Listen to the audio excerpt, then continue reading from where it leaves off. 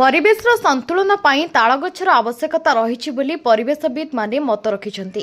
ଗତ କିଛି ବର୍ଷ ଭିତରେ ଘଡ଼ଘଡ଼ି ଜନିତ ଅପମୃତ୍ୟୁ ସଂଖ୍ୟା ବଢ଼ି ଚାଲିଛି। ପୂର୍ବରୁ ତାଳଗଛ ଥିବାରୁ ଘଡ଼ଘଡ଼ି ପ୍ରାୟ ଆୟତ୍ତରେ ଥିଲା। ଏ ଗଛ ସଂଖ୍ୟା କମିଯିବାରୁ ଏବେ ବିଭିନ୍ନ ସ୍ଥାନରେ ଘଡ଼ଘଡ଼ି ପଡ଼ୁଛି, ଆମର ଜନଜୀବନ ନଷ୍ଟ ହେଉଛି। ଏ ପରିସ୍ଥିତି ଅନୁଧ୍ୟାନ କରି ଶ୍ରୀ ଜଗନ୍ନାଥ ଚାରିଟେବୁଲ ଟ୍ରଷ୍ଟ ପକ୍ଷରୁ ତାଳବଣିଆ ଅଞ୍ଚଳର ଭୂଦାନ ଜଙ୍ଗଲରେ ତାଳମଞ୍ଜି ରୋପଣ କରାଯାଇଛି। ପ୍ରାୟ ପ୍ରଥମ ପର୍ଯ୍ୟାୟରେ 100 ମଞ୍ଜି ରୋପଣ କରାଯାଇଛି। ଏ କାର୍ଯ୍ୟକୁ ଅଞ୍ଚଳବାସୀମାନେ ଭୂୟସୀ ପ୍ରଶଂସା କରିଥିଲେ।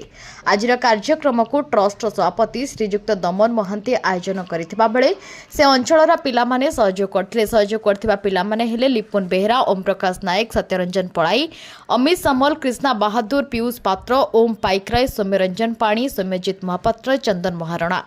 ଆଳିରୁ ଦିଲ୍ଲୀପ ପରିଡ଼ାଙ୍କ ରିପୋର୍ଟ, ସୃଷ୍ଟି ନ୍ୟୁଜ୍।